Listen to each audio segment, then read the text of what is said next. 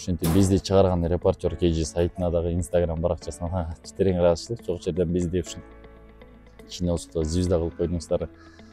Келинчегим да өзү марафон чуркап аткан, мен дагы өзүм чуркап аткам, анан баланы чыштаганга эч ким жок болуп калды чындыгында.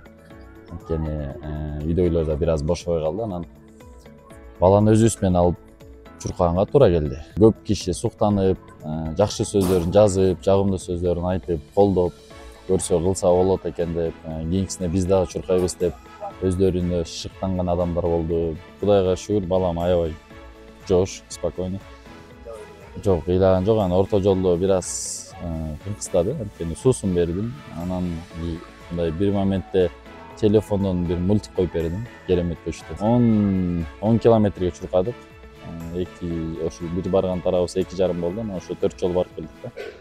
Анан көп деле оор деле болгон жок.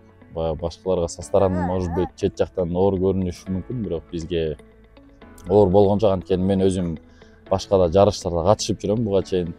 Колясканын эмеси абалы жакшы эле.